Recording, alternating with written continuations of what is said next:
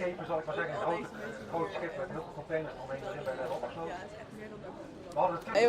It was horrible. They were really violent, and also as soon as they came onto our boat, they started shooting, and they separated us as well. The men on our boat, they had to kneel, and another person on our boat was forced to kind of like feed them water and oranges, and we were also made to eat oranges in front of them before they sent us to the boat that eventually brought us to Ashdod. And on that boat we got like a bit of water, but they also flooded the floors. And as soon as we arrived at the port, they didn't give us anything to eat or drink for at least 48 hours. We were like, our wrists were put together, were cuffed, our legs were cuffed. They hit us, they kicked us. Yesterday when I arrived in Turkey, they thought my wrists could possibly be broken because I couldn't move them. I still can't really move them.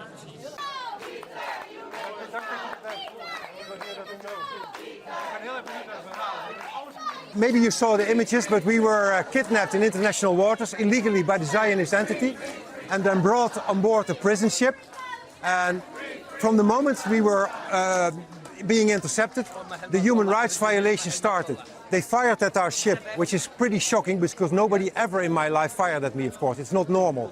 And when we entered the prison ship also, the violation started by pulling our heads to the ground, smashing our heads to the ground. And all people on my ship, 180 people, when they were brought into the ship, into the detention area, they were all heavily abused.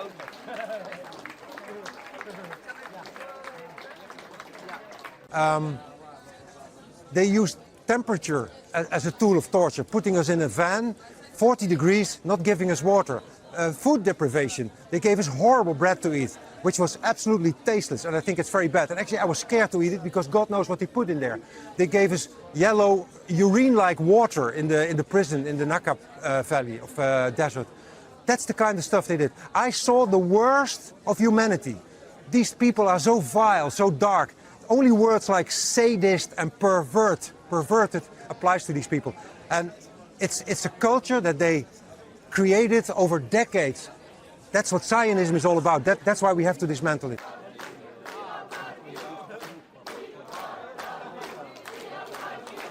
And I want to say to my government, look at what Turkey is doing and learn and take distance. I also have a little bit of criticism because Erdogan is talking a lot. He's not really doing stuff towards Israel because I want him to boycott Israel full time. But nevertheless, we owe Turkey and the Turkish people because they are very powerful.